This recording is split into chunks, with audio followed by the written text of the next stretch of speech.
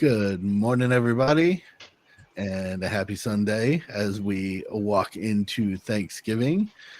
Before we get started, I want to talk a little bit about Thanksgiving itself, because I found the history of the concept interesting, and I think you might as well.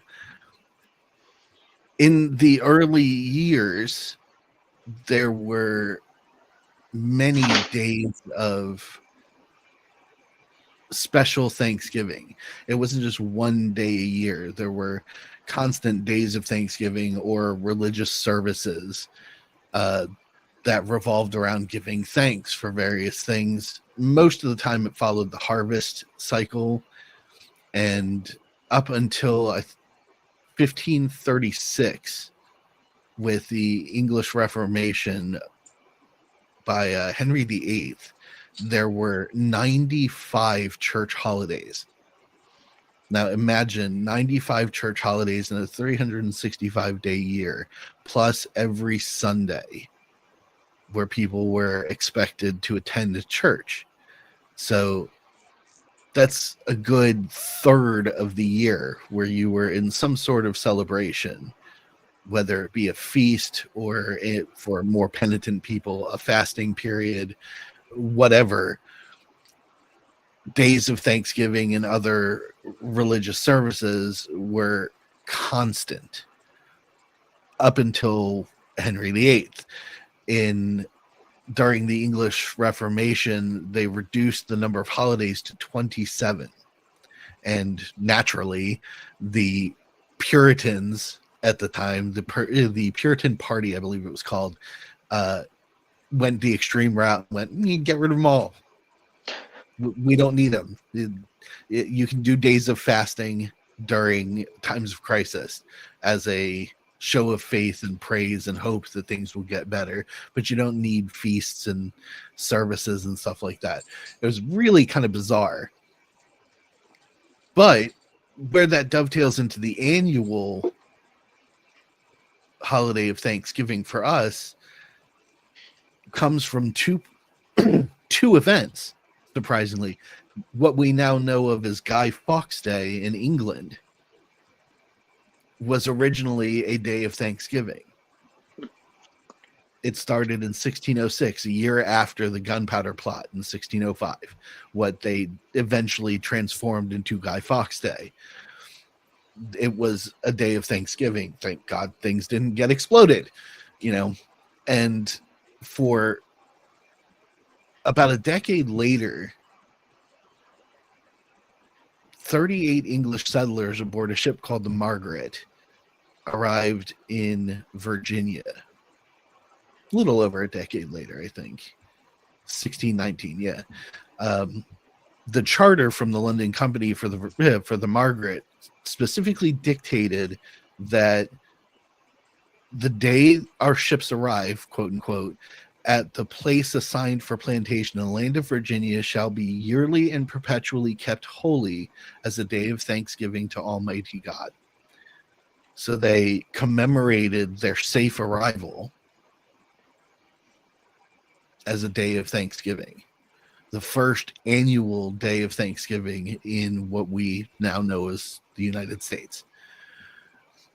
The purpose of a day of Thanksgiving was to be grateful for the success of that venture, whether it be a good harvest that kept your family or your town or your whole community fed for the winter and safe and healthy, or, that big trek across the ocean into Virginia.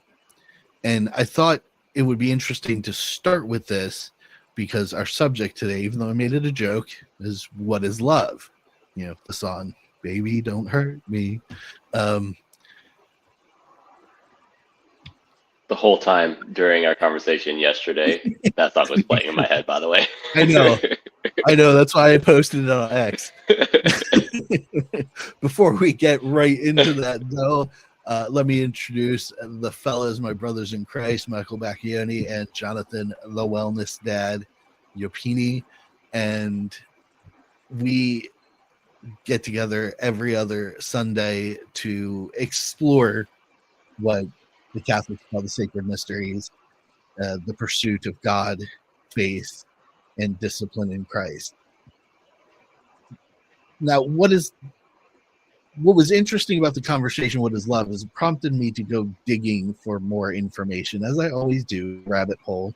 And I found a kind of synopsis that of something that Pope Benedict had written, his first encyclical, Deus Caritas Est, where he talks about a positive connection between what is known in the church as eros and agape. Now, these are interesting terms. Agape being universal, selfless, unconditional love, which God has for all people, and we are called to have for God. Eros, on the other hand, deals with personal connection between, say, man and woman, say, brother and sister, family. It's personal love that's held specifically for people that are a priority in your life. Even your best friends technically fall under the blanket of eros. But God, biblically, through many tenets and through Jesus Christ himself, espoused a wish for us to try to pursue agape, the selfless, unconditional love for all. It's two very different things. But the encyclical, there was one part in this synopsis that I thought was so interesting, and it connected very well with the Thanksgiving concept. Specifically, the synopsis talks about couples, but it has one point that really spoke to me. The statement is, sacramental couples are invited to see everything as gift and to embody God's life, which unites eros and agape in a unique way. So both of those things, we're to view them as a gift, and we should be giving thanks for them. There's a lot of things in this world that we should be giving thanks for on a daily basis. But just that, when I was digging through the eros and agape thing and thinking about Thanksgiving, that sentence really stuck out, because it just flat out says it. The fact that you love people and the fact that you have a love for God is a gift.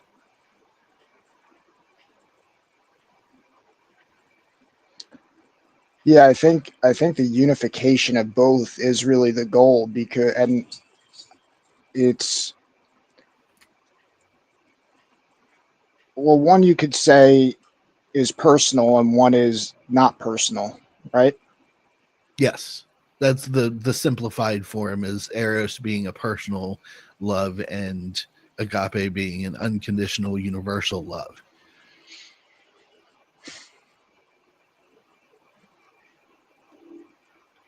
Would it be fair to say that the healthy personal would come priority from the agape first? So the focus on the agape should be the core, and then out of that would be a personal. Because the reason I love this topic, because I think that word love is thrown around so much.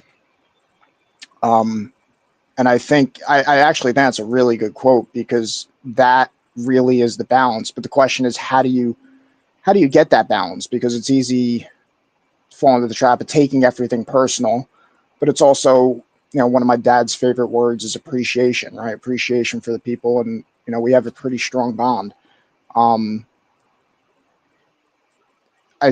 What also came to mind was the seek first the kingdom of God, and everything else will be given to you. And I know that's more, at least that specific quote, I think it's more, your needs, but Still applies, I believe. yeah, because I think out of that comes the personal.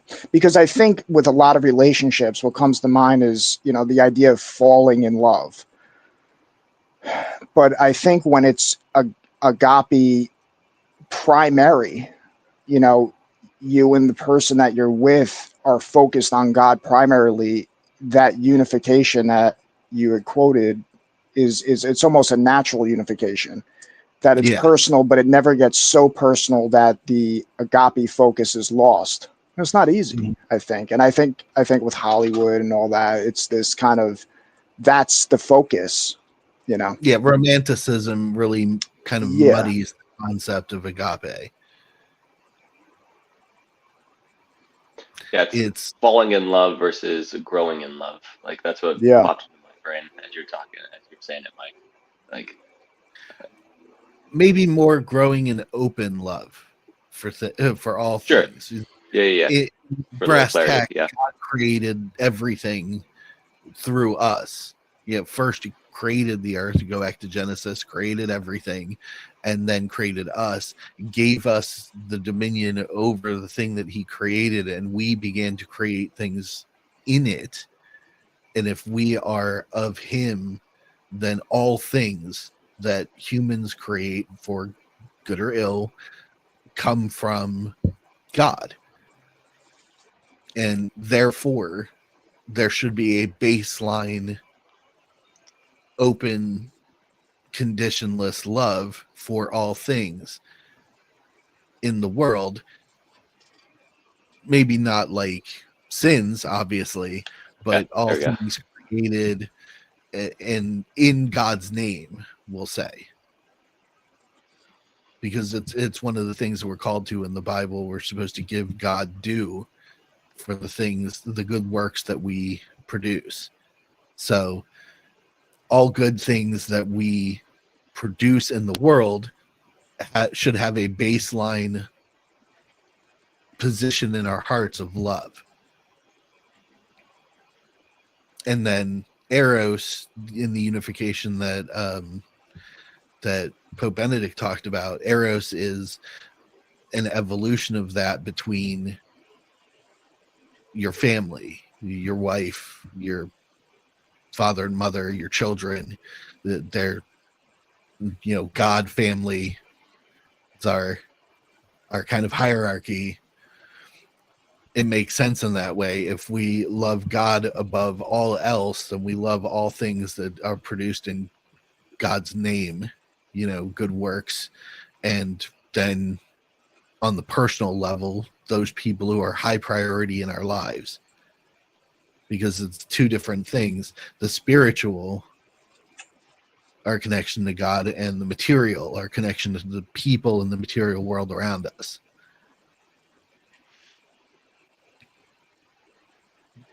If Yeah. that makes sense. Yeah. And I always reflect on the Corinthians quote of love. I always hear it on like a wedding. And if you really look at that, because that's essentially agape, think about how much you've lived up to that. At least speaking again for myself, love keeps no records of wrongs. How many relationships do we witness over social media nowadays, where Yeah. it's all about the gotchas, and he or she holds on to past transgressions, and they always get brought up when we have arguments. That's, I think, what it's specifically talking about. Is unconditional means you let that stuff go. You don't bring it back up unless they're continuing to do the thing, Yeah. which connects to we were talking briefly yesterday about what to do with people who are sinning. Do you air everybody's dirty laundry publicly? No. You have the private conversation about the sin. If they don't correct the sin, then you bring other people into the circle to discuss it. And if it continues to be a problem from there, you're supposed to bring the church into it. So it becomes a ever-growing sphere of influence to try and detract from that sin being repeated. So if your baseline is agape, and the person that you're talking to hasn't repeated the sin, you don't bring that sin up again, even if you want to win the argument, because that's being conditional if you do.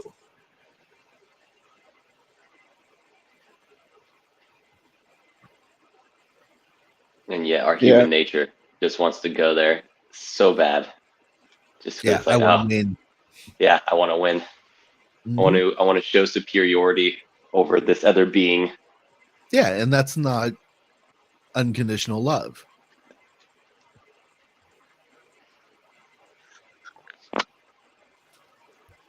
But Mike, what's the verse you're talking about from Corinthians? I don't know it off the. I just know it's incorrect. I'm almost. I think it's correct. I believe it's Corinthians. It's I mean, if you search it, love is patient, love is kind. It does not envy. It does not boast. That one. That. Okay, yeah. Yeah. Okay. I wasn't sure what part of Corinthians you were talking about, but okay.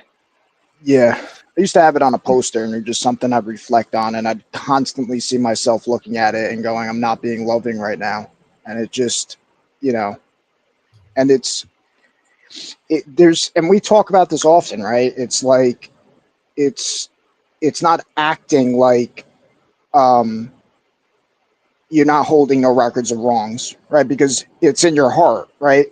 So if you're holding the record of wrong within and not holding it outwardly, that's a step, right? Because yeah, you're trying to reconcile it within. But I think the goal is an insight, prayer and focusing and asking questions like a child, right? I mean, this conversation is, something that I brought up yesterday that I think would be a really good thing for families is at the dinner table saying what is love, and going around the table and reflecting on that. Or we spoke about Socrates doing that, essentially, like what is justice, right? He'd ask people. I mean, these are simple questions, right? And it opens up these conversations. um but Michael, you're not supposed to talk about that stuff at the dinner table. yeah.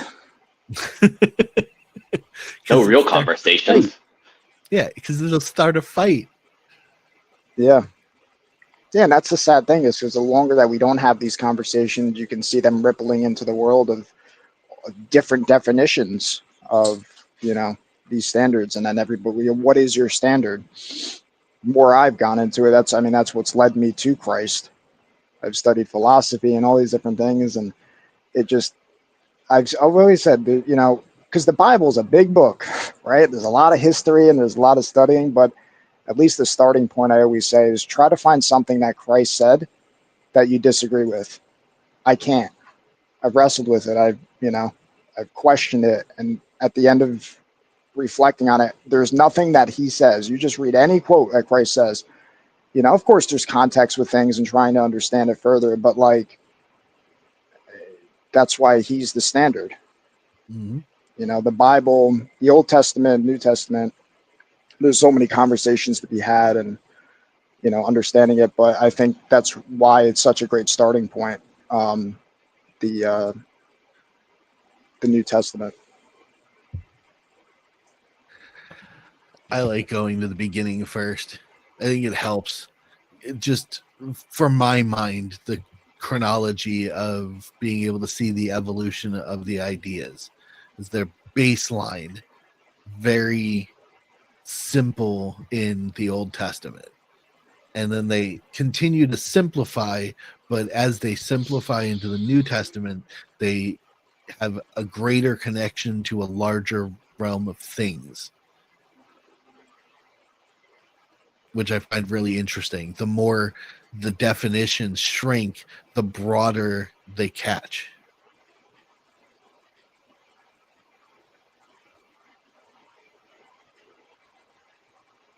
What's interesting though, I think God, God throughout history is like, okay, well, I think I need to simplify it more for these humans, and he just goes through and continues to simplify until our thick skulls that he created finally gets it. Okay, well, maybe if I keep simplifying the free will that I have blessed them with, they'll start making, you know, decisions that will glorify me like I asked them to. And I think Yeah, from a historical perspective, we're still working on that. Huh? yeah, and for me as an author, and I think about weird things that most people don't think about as an author, I consider the Old Testament God's direct reach out, and in some ways, like we have conversations, sometimes it doesn't quite fully make sense until it's discussed, and we can't have discussions with God. So God gave us a translator, someone we could have discussions with, and that was his son. Someone who could speak in human terms by experiencing humanity down on the ground with us. That comes a little bit from my education background, because one of the most important things that I learned becoming an educator was reaching children at the level that they are. Yeah. And not just in words, but in physicality too. It's discussed often. Get down on the floor with kids instead of standing above them and trying to dictate. Even that's in the Bible. Meet people where they are. So I see the coming of Jesus Christ as God going, okay, you kind of get it, but you're still missing some points. So let me put something down on your level that you can connect to, that can reach you in a way that can grow your understanding of me.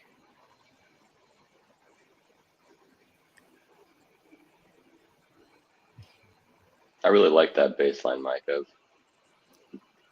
especially people that are new to Christianity or new to building the relationship with God, going to the Bible and reading the red words and trying to find something that they disagree with.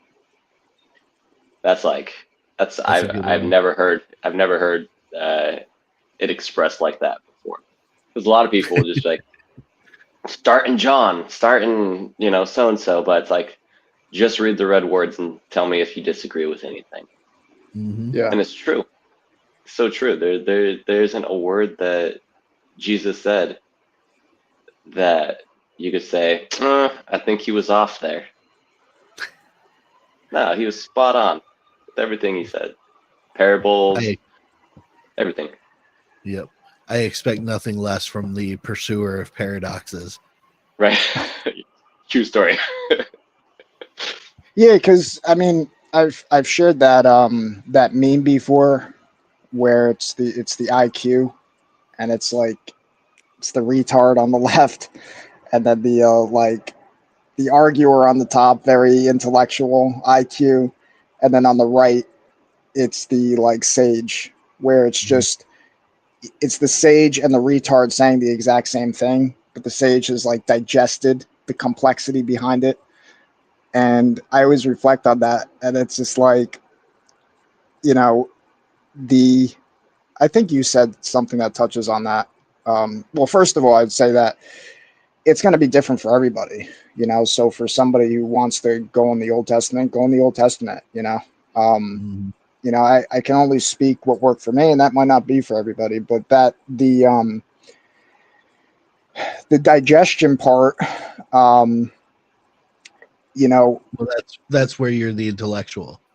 I don't yeah, view that meme as like a separation of things. It's yeah, a roller coaster.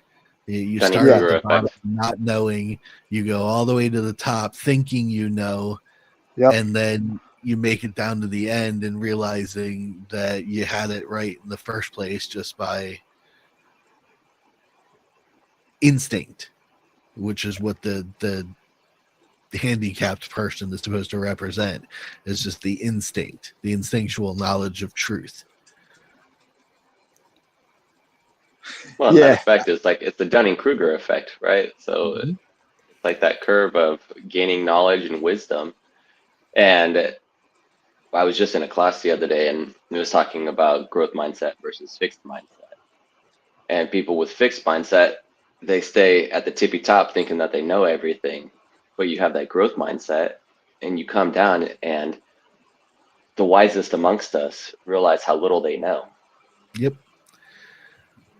The I don't wise know man is why. wise because he knows nothing. Yeah, I I had a thing that popped up from a movie. I think it was With Honors. Remember that movie? It was 90s or 2000. I haven't Forgot thought the. about that movie in decades. Yeah, I hadn't either, and it made me go watch the full scene on YouTube. But here's a homeless guy. At, I think it was Harvard. And he's Mm, breaking down. I thought it was a great example. It's just a reminder that you never know where you'll find wisdom, and oftentimes the place you think you'll find it, like as university, is not where you're going to find it. Something that Charlie Kirk was really, it's something he brought to the table. I mean, look at how brilliant he was, and he didn't complete college. So, what the world says, where the world says you'll find wisdom, and where did he find it? He found it in the Bible and just having a hunger to understand. true. We have a late arrival to the show. Jim is here with Jim. us. What's What's up, up, dude? Welcome, sir. fellas? How we doing? Yeah, man. Doing well. Talking about love. Love. I love And love. wisdom.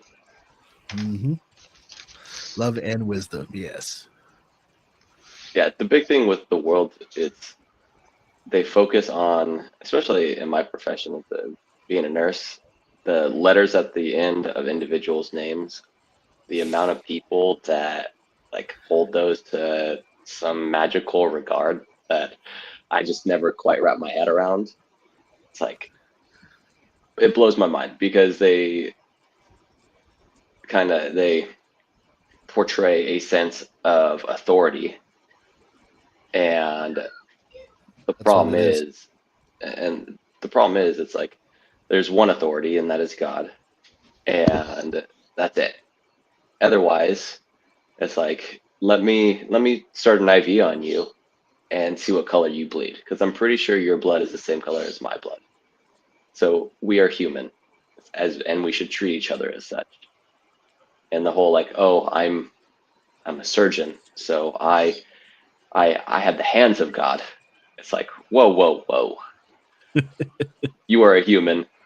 We are on the same level playing field.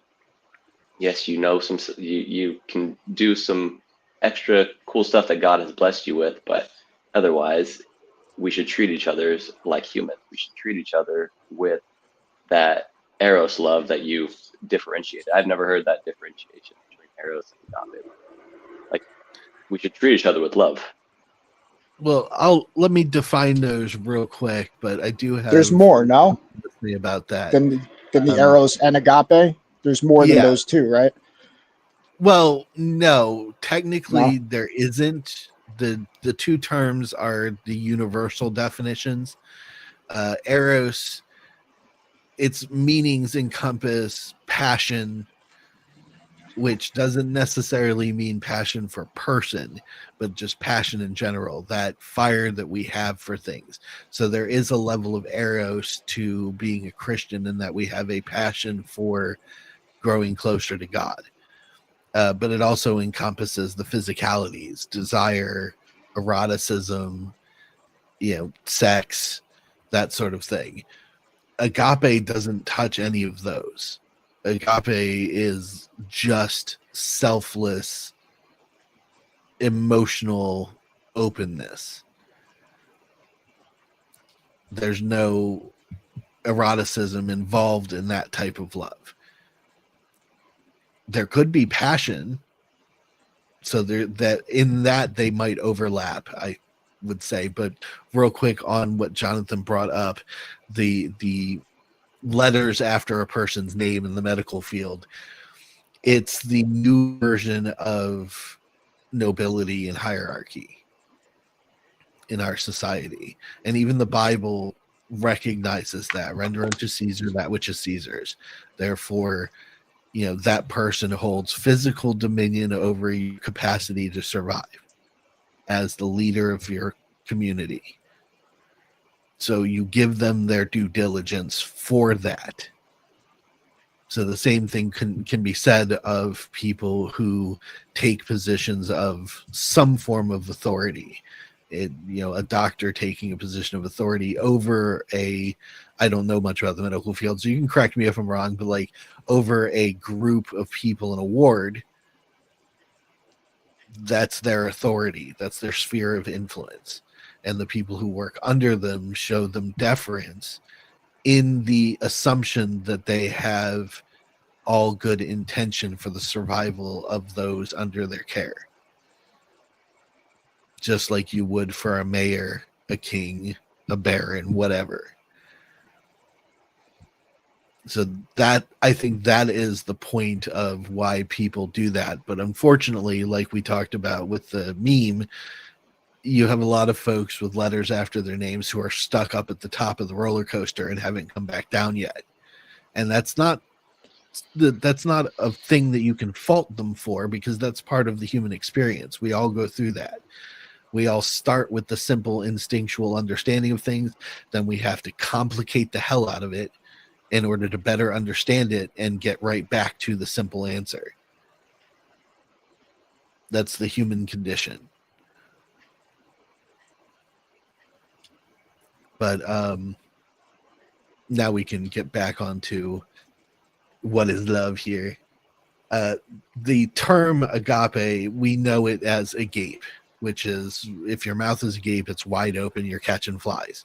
And what that means is everything has the capacity to come in and out unimpeded, unobstructed. You accept love openly, you give love openly. And it's the selfless one.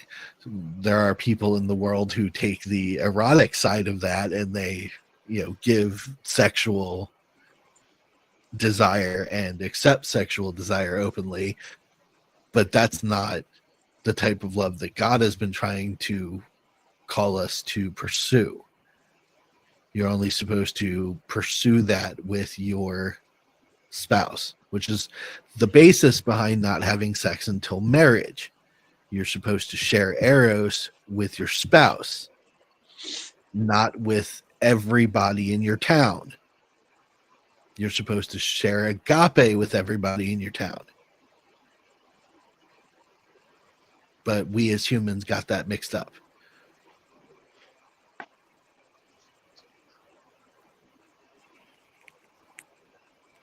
Especially nowadays.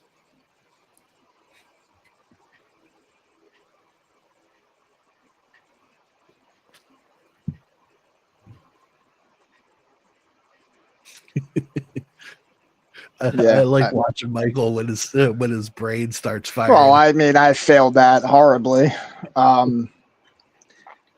Yeah, I mean, I struggled with lust for a long time, and it was only after, failing enough that you see the bigger picture. And I think you see also going back to the acting part, the I ought not to have sex before marriage rather than why, because the why is the wrestling part, and the why, I believe, is what bears the fruit of understanding why, but again, part of it is to the point, like you said, we all did, because, Christ understood that. Hormones, human biological imperatives. Hijacked agape. Yeah, they did. The physicality of the first sin, the eating of the apple. The knowledge of good and evil. My mind goes into the why would I do it, and big part of it is pride. It's nice to be liked, and then you want to hold on to that feeling, and then instead of focusing on agape, it's focusing on that feeling. I'll make you feel good, you make me feel good, which as we're talking about, that's part of it, right? My joy in my personal relationships comes from making the other person feel happy. But if it loses sight of that agape, then the goal is not what is true and right. It's I need to make that person happy. And I think you could even see that you know, in the political spectrum. You know, how many politicians are connected with different people that they have to make other people happy instead of doing what's right? And if they do what's right in their, you know, conscience, then they're at odds with, you know, who's done favors for them and all that. You know, that's a different angle of it. It just popped I in my want to head. dig into this a little bit, though. This concept of making people happy having something to do with love. I want to dig into that. So can you explain where you're coming from with that? In what regard? I mean, just I think why is making people happy an aspect of loving them?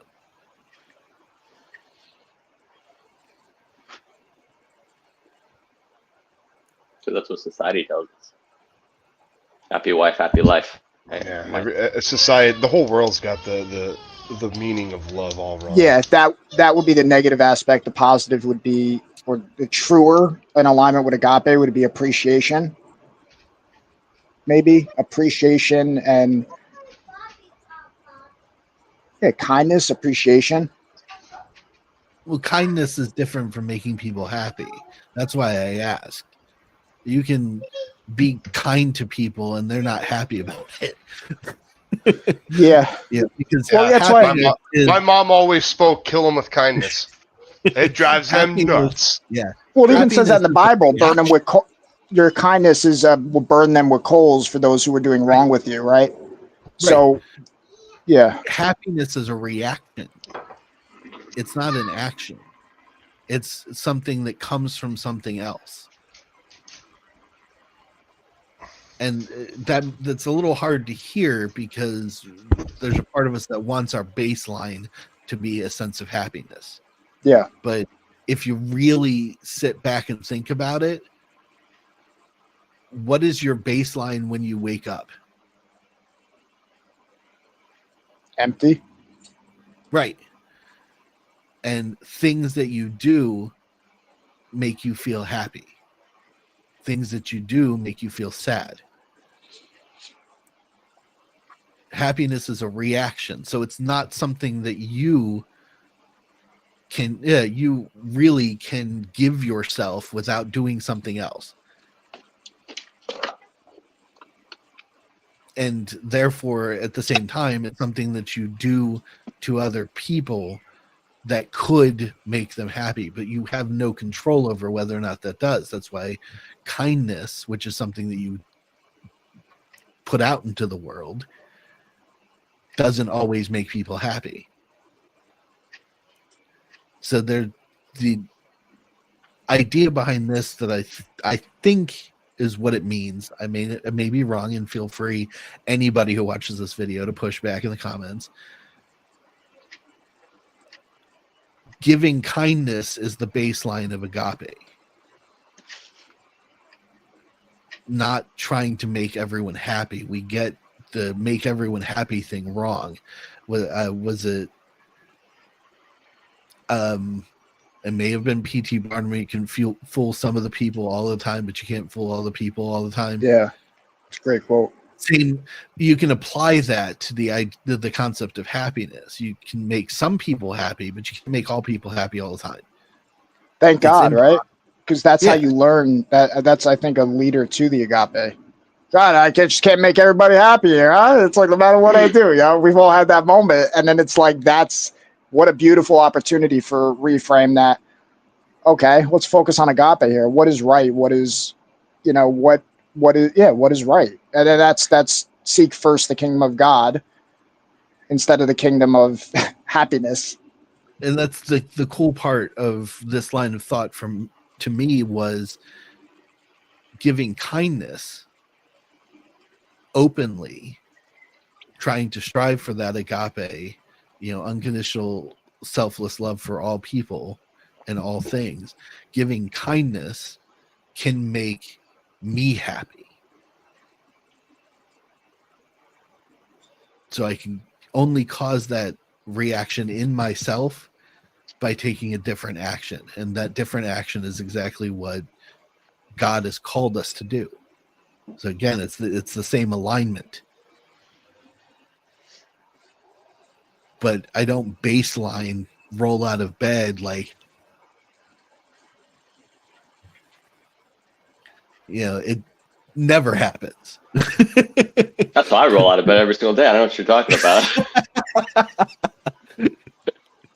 Well, I still believe you're from Krypton, so you may not count. I can't talk to alien species about how they do things.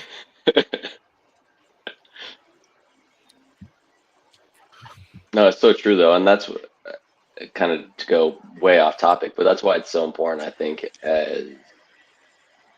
like for dads, for anybody really, but to just find that moment of quiet, that moment of stillness in the morning, uh, when we're woken up by chaos.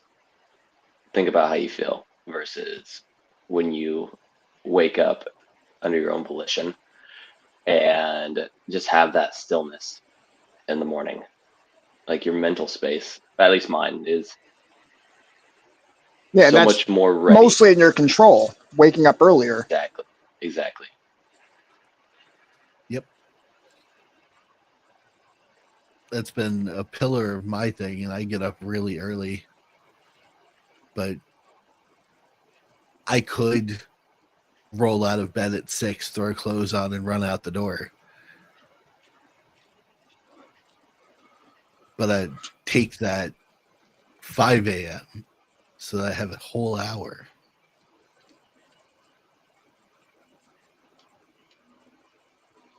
Before I have to leave the house. I have a little bit of coffee. Just sit in my chair in the dark for a little while. It's one of my favorite things to do in the morning.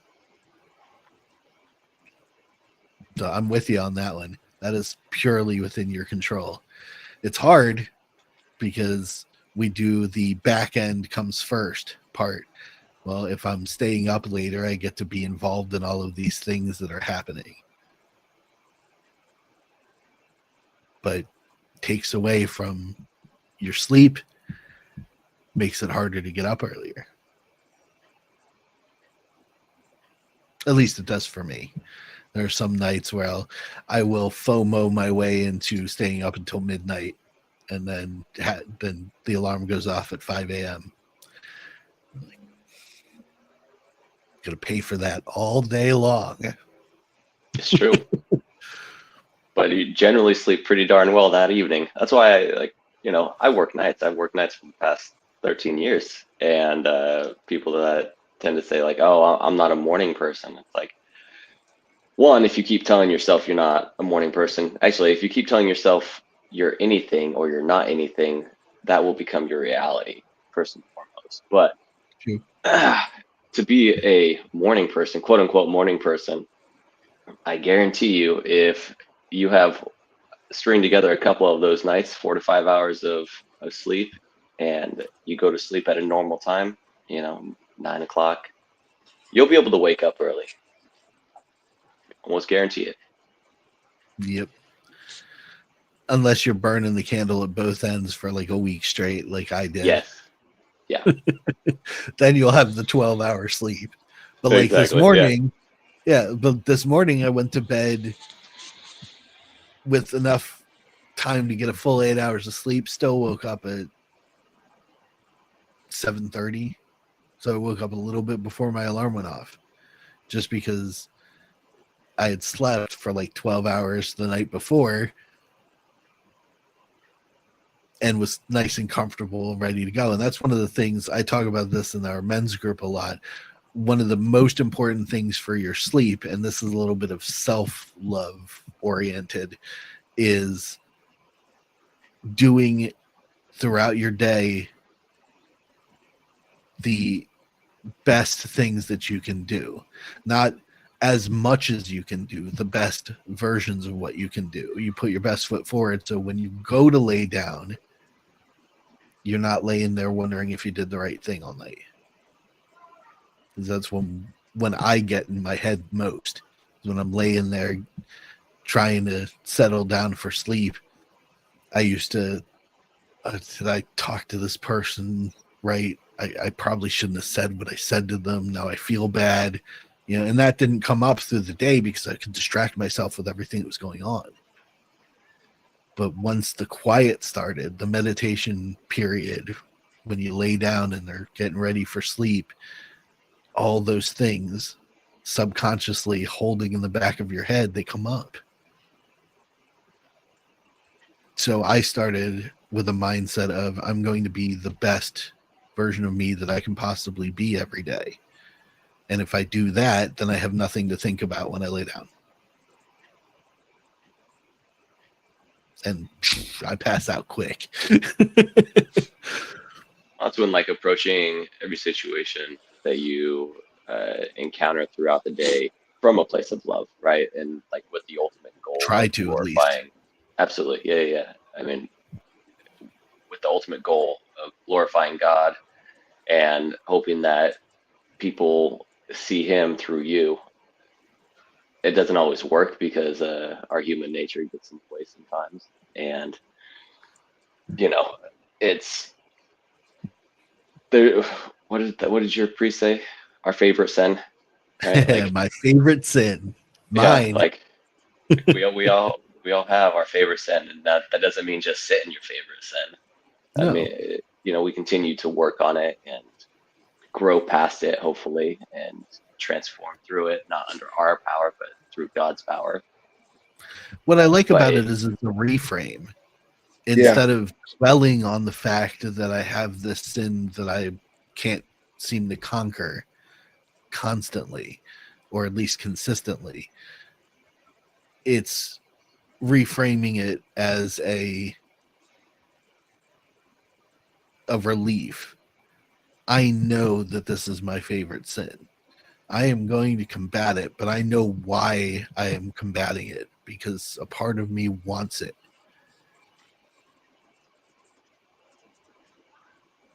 Yeah, reframe. That's through that. It's until I work through that, it's always going to be my battle. And that possessiveness, it's my battle. I think that was his statement. It's mine. This is my fight, the thing that God wants me to challenge.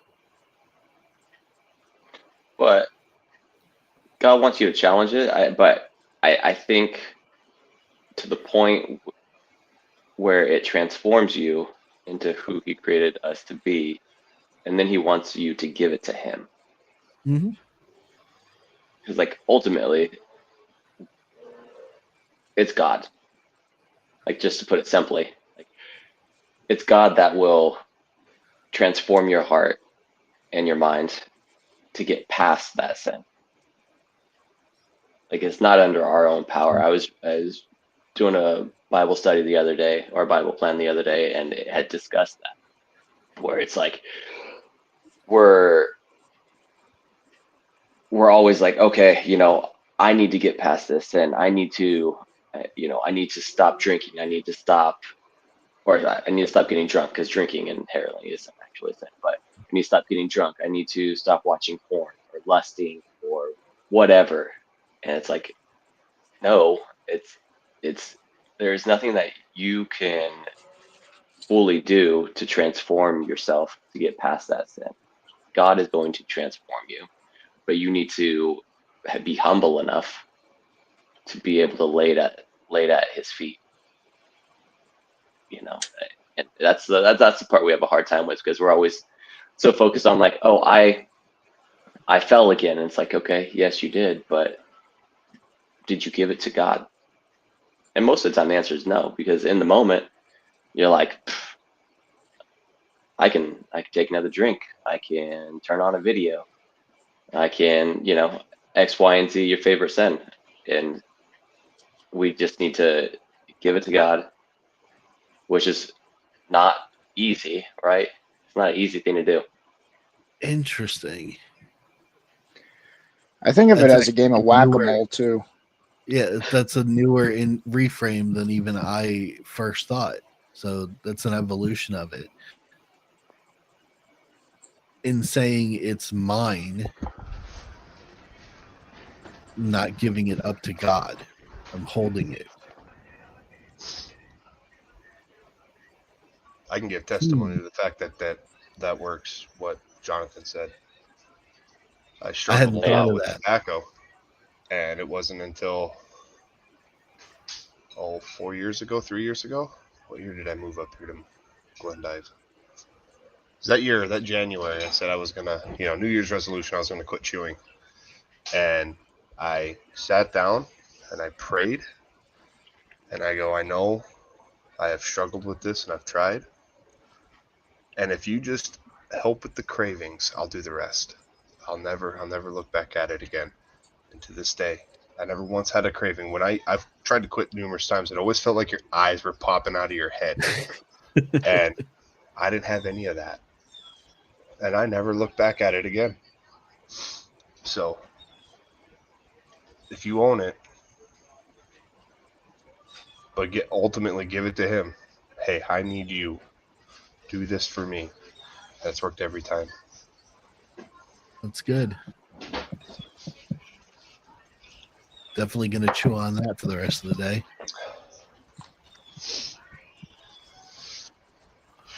Yeah, I read that, and I thought about all our discussions about lust and addictions that we have in our men's group, and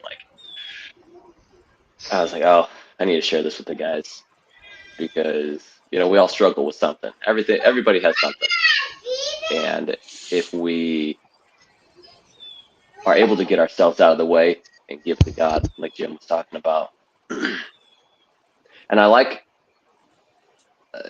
you didn't ask him to take it away completely. You literally just asked him, just help me with the cravings. Help me with the cravings. I'll do the Yeah. rest. Yeah. It makes me think of the God helps those who help themselves kind of thing, Mm-hmm. in the sense that, he does work, but, you got to flex your muscles a little bit here. Agreed. And when you do even just a little bit, because you think about, at least for me, I think about how much I was trying to do stuff on my own, and then just taking a step back and, hey, you know what? I need to take a little bit more responsibility here, here, and here. And a lot of things just open up. And It's big like part of that what responsibility is just reflecting on the word and, seeking him. Definitely. It's a hard concept for the mind to grasp when we're doing everything, trying to be in control, and then that the enemy will tell you, no, well, no, you got to do it, because if you don't do it, who's going to do it? The enemy's the God. one telling you have to be Yeah. in control in the first place. Yeah. But then the enemy will also tell you, yeah, you can't do it, so just give up, and and then you sit, and then that can be also become apathy. So there's this kind of harmonious balance of, I think that's serenity prayer. I think that's serenity prayer, because there are things in your control. Don't let the enemy say, well, there's nothing in your control. God will do everything. You sit on your porch and he'll take care of it. But at the Just same wait. time, it's, yeah, I think a common, because I think that also could be a lot of people go through that, where it's just like, you're not doing anything, you're praying to God and nothing's happening. And then you go to the complete opposite, since that's not working. And then everything's in control, but that doesn't work. So there's this kind of balance where it's like, no, I got things to do, but also God's in control at the end of the day. So yeah, everybody's still got to remember we live in a microwave world.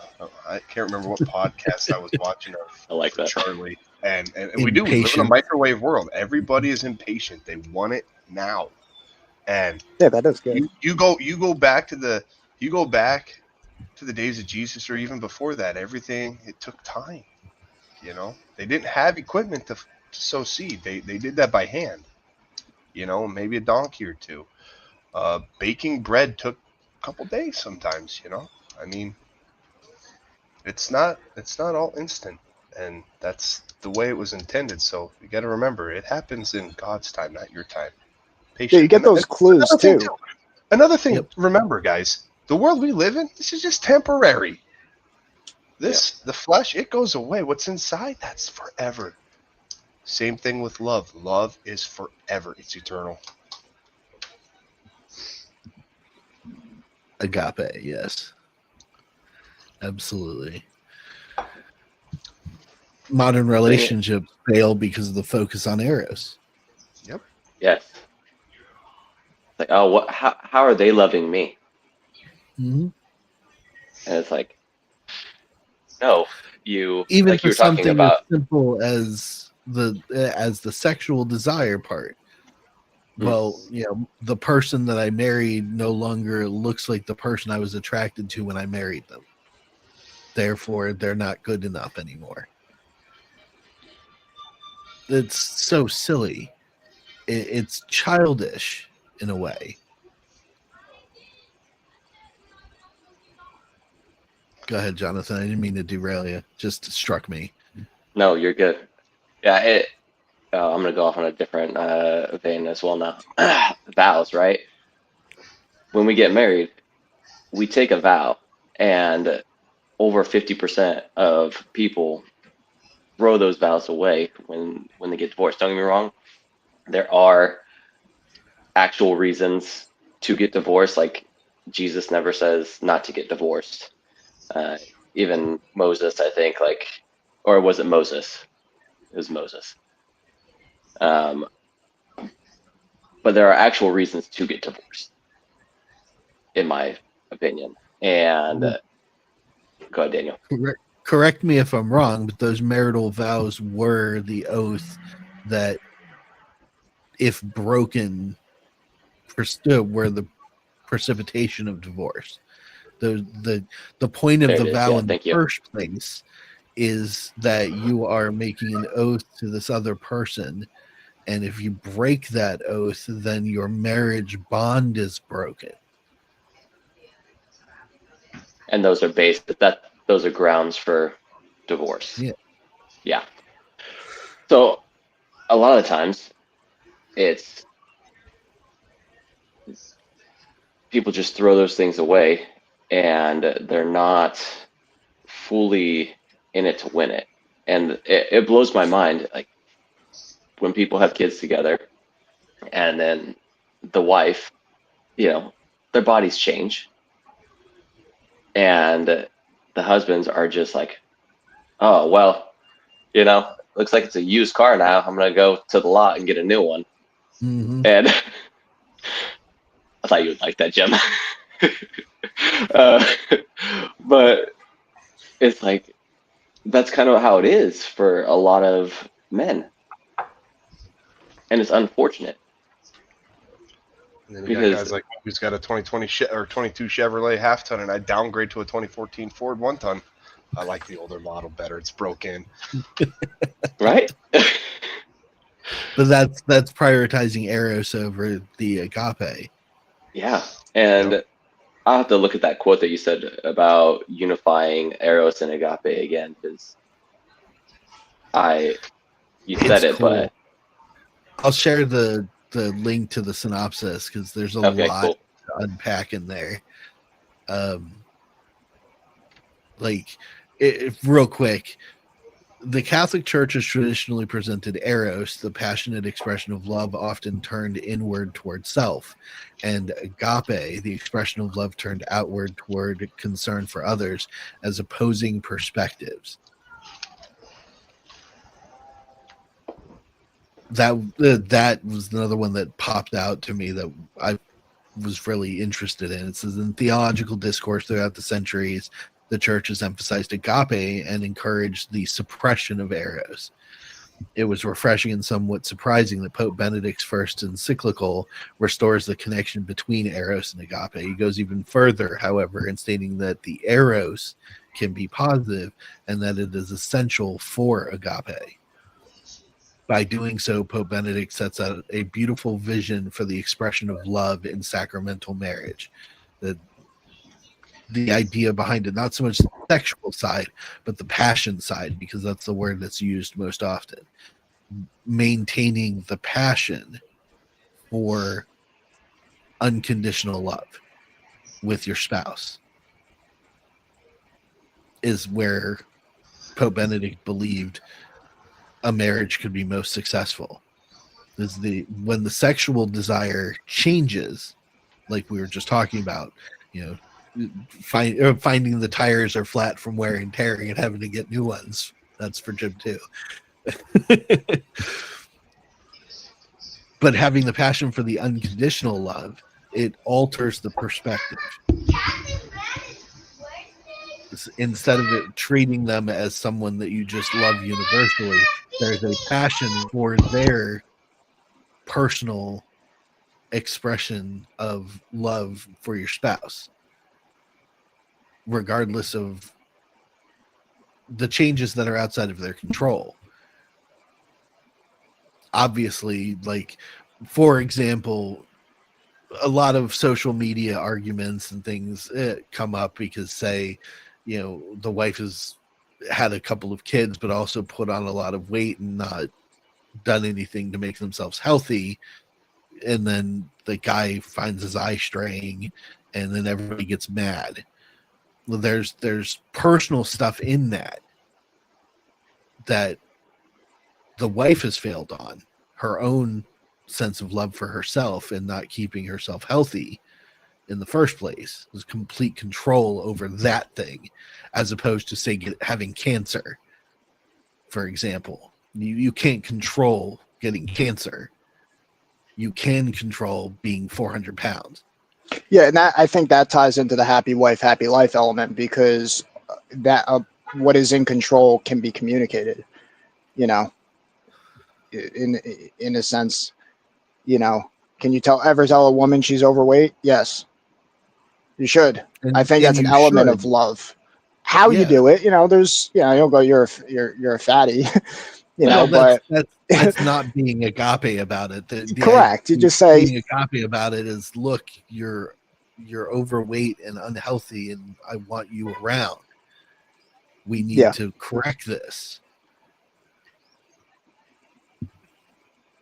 But the arrow side of it is, well, you're fat and I don't love you anymore. Well, that doesn't make sense. If you didn't love the person, this is what women do bring up. If you didn't love me, why'd you marry me? Because to them, they're not their body specifically. But your body is a part of who you are here on the material world. And how you treat that body determines most of the time how long it lasts. And when you unconditionally love people, you want them around for as long as possible. Well, here's the thing. Then this is the thing too. This is where, because listen, your wife is going to be an object of your desire, but if that's the sole relationship, it's doomed to fail. Yes. Right. When the object of desire for both of you is God, and that ties into the quote that you originally started with, then the object of each other's desire is naturally in place. It's another way of saying it. Right. But so often they are the object of my desire, and which ties in with the whole conversation. We're all going to get old. We're all going to get wrinkly. If that's the core, then, there's nothing else holding the foundation. And that's why I think a lot of relationships fail. For Correct. Sure. Yeah. And mostly because they don't communicate it. Bingo. And I think that's the key piece. Like, love is not all rainbows and butterflies, right? Like, Nope. Love, it gets messy sometimes. Like, you have to call, if you truly love somebody and they're doing something that is either harming themselves or harming others, and you don't call them out, well, then I question your love for that person. Right. Because I would want anybody that says that they love me, if I'm doing something wrong, call me out, because it needs to be corrected. I mean, God is the ultimate at rebuking and correction. And he tells us, and we are created in his image. And that includes how we love each other. And that includes correcting each other when we are wrong. True. I just had an interesting thought. We talked about the calling out of sins, You do it privately first, then bring in a couple of people that are, close to the situation, then you involve the church, as the Bible says. Another aspect of the social moray that we have right now is that there's a attitude of what I guess Michael would call neutrality, where people are too afraid to be honest with each other. So in our modern situation, I would pull Michael aside, using him as an example, and say, hey, this thing you're doing, I'm concerned about it. It's not right. And if you continued to do it, I could bring Jim and Jonathan into the conversation, but if they don't have the strength of will to be honest with him too, then the conversation fails from the get-go. If I bring you both in and you guys are like, no, what he's doing is fine, it's not hurting anybody, then the discourse has failed immediately. If the premise that you're bringing is true. Yeah. Because that's the other thing too. So I think the discussion I'm going with here. Yeah. Because we see that a lot, even in the most basic, using what we were just talking about, and people do it all the time. If spouse says to spouse, you've put on a lot of weight, I'm concerned about your health, I want you to get healthy, and they don't take to that, they're going to go to their friends, and their friends are going to be like, no, you're fine. No, you're not healthy. But your friends aren't willing to tell you that. Then it just perpetuates the cycle more. Yes. And creates a schism between spouse and spouse, because now they feel like they're justified in their sin and their unhealthiness. And they go back and say, well, I talked with so-and-so and they said I'm fine, so there's something wrong with you. Well, I think that's why the body of the body of the church is so it's important, because if the body of the church is sick, then that's the whole point. And that's why I think, it's unfortunate that a lot of, including myself, where you just say, oh no, the church is corrupt. It's like, yeah, some are. It's just like any institution, right? Like, and that's why even more so, it's the individual is important. And you start, locally, you speak truth and follow God, and you're going to be hated. You're going to be hated because, it hurts. The truth hurts, especially if you've strayed from it for so long. But it's unfortunate, because it's like, you take education, right? Education's a great thing, but when an institution becomes corrupt, it's sad to see someone say, oh, I don't want an education. What is the education, and who is teaching, and what are they teaching, and how is their soul? That's an interesting subject. I have a question on it, because me, man of 1,000 questions.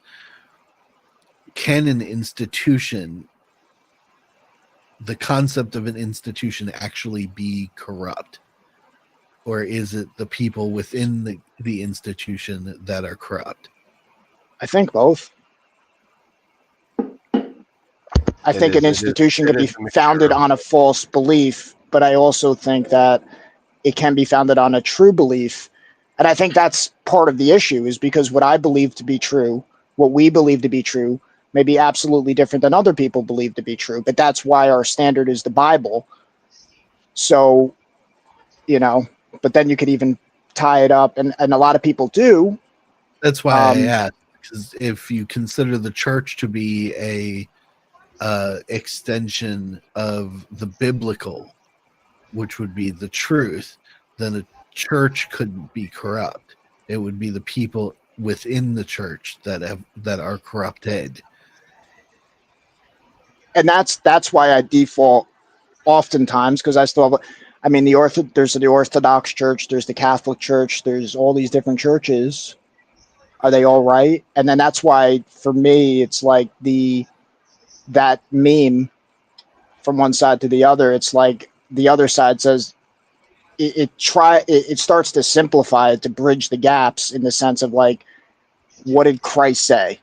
That what Christ said is not orthodox, or I mean, there's differentiations between it, but it's like, I think that's where the necessity to have simplicity out of complexity, like you said earlier, Daniel, is so essential, because, you know, I think there's a lot of, call it, you know, simpletons, but then also wise men, you know, and the wise men will say simple sayings that are absolutely true, and they're rooted in God's truth.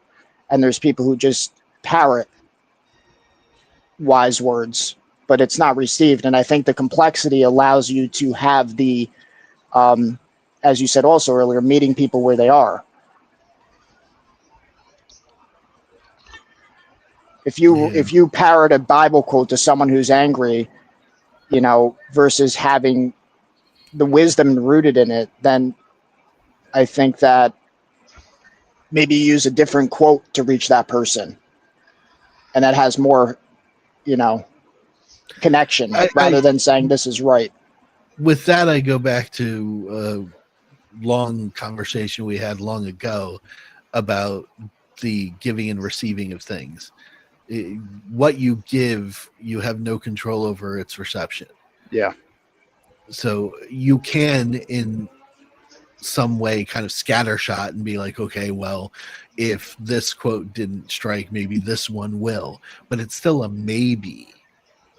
There's no definite way to reach all people at once.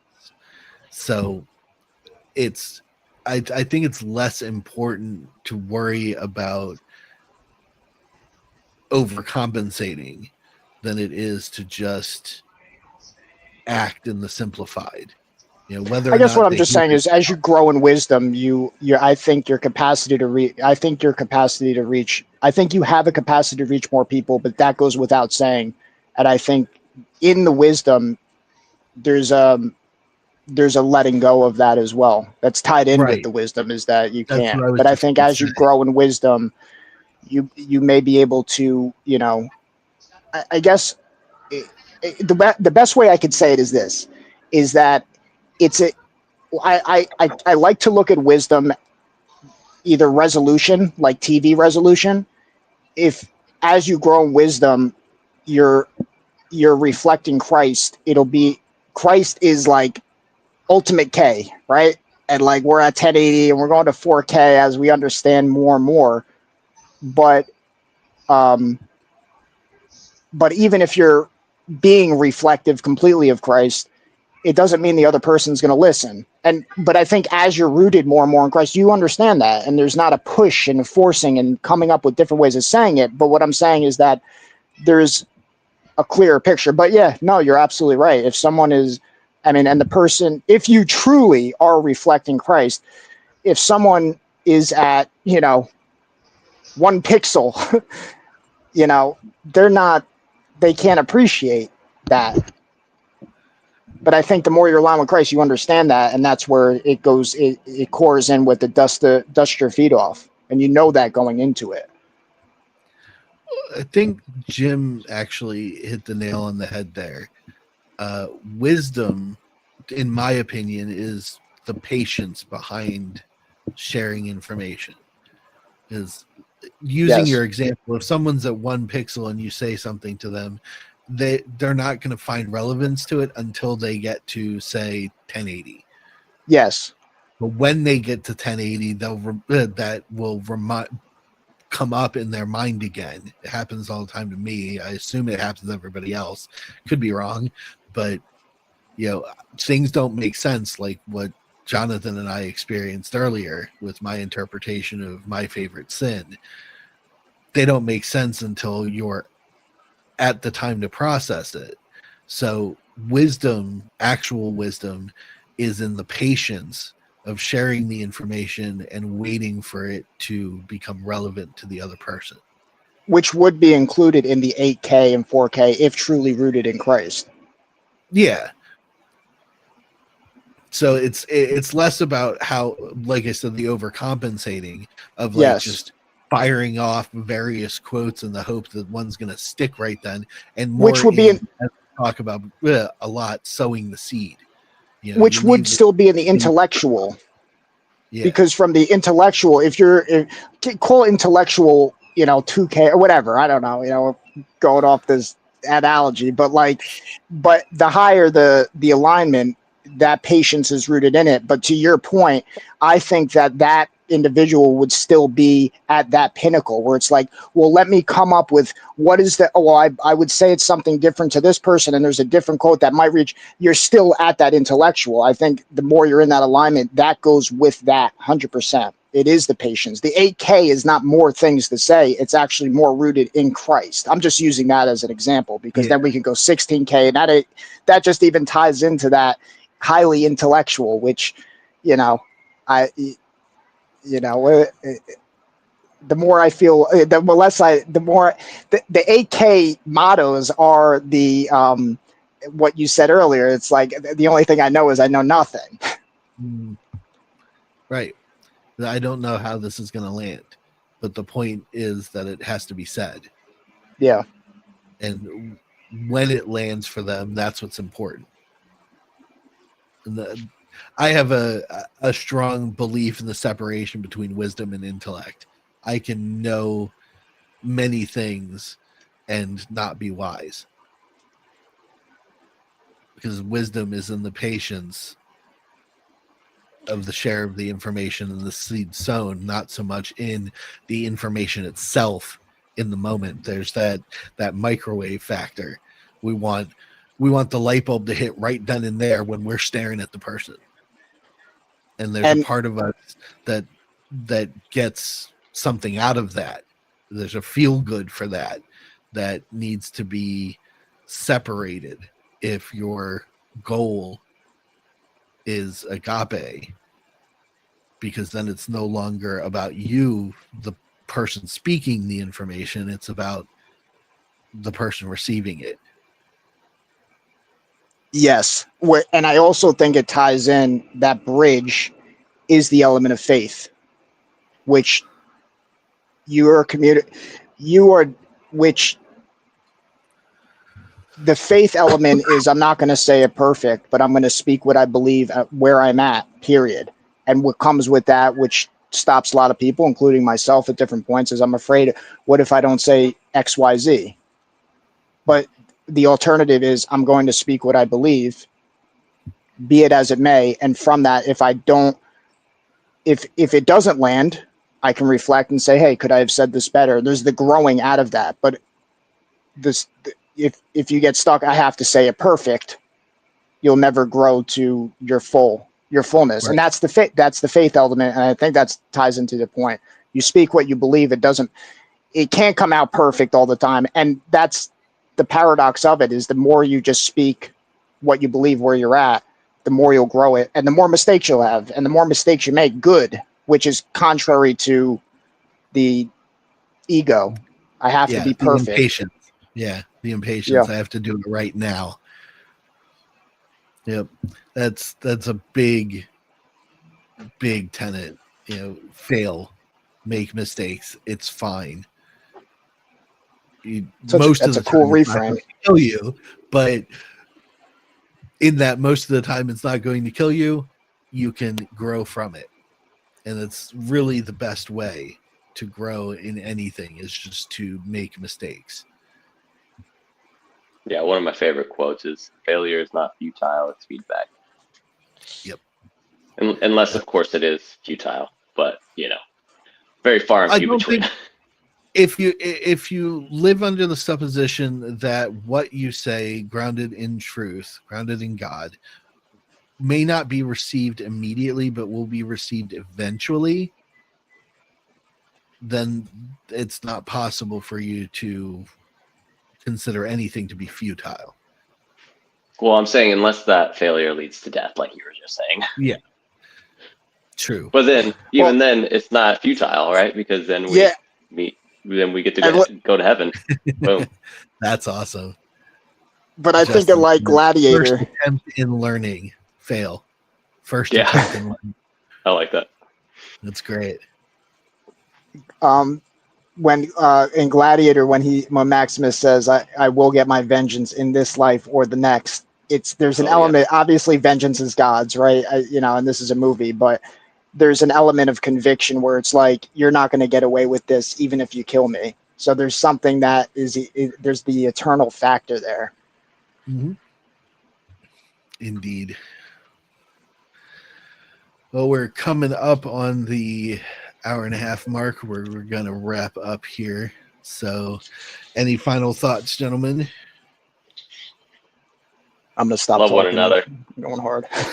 What was that, Jonathan? Love one another. I said love one another. Yes. Agape.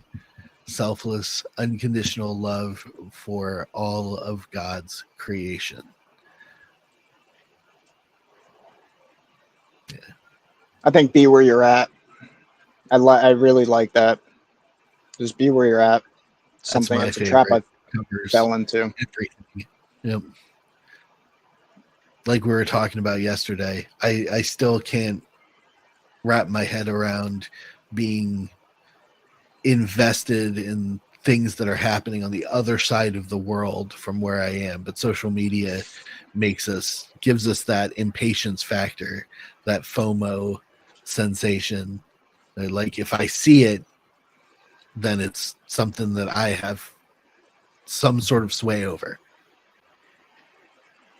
But I'm here over on this side. There's, other than speak, which we talk about, that's the sown seed, I can't do anything about what's happening over there. But I can speak about it, and maybe eventually that seed will grow into an outcome. But that's up to God. It's not up to me. Physically, like you were saying before, I can control the things in my immediate vicinity that I do have control over, but not the things that I have no control over in my immediate vicinity. That's what the Serenity Prayer is for. If it's up to God, I shouldn't be pushing it.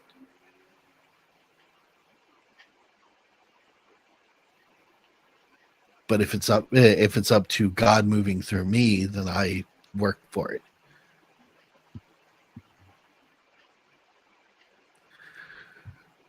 Ugh. Well, this has been quite the conversation. We didn't get to Michael's mystery subject, so I guess we'll have to do that another time. Yeah.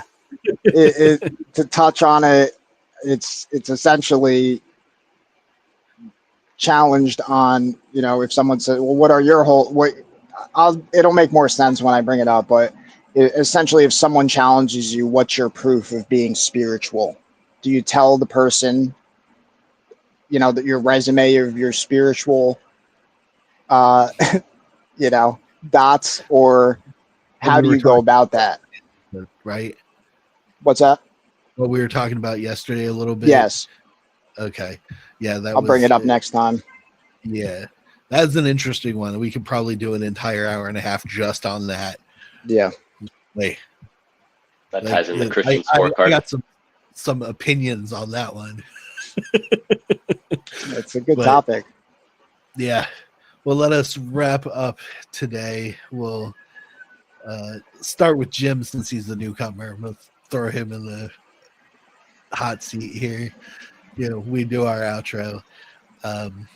Where can people find you, Jim, if they would like to reach out and talk to you?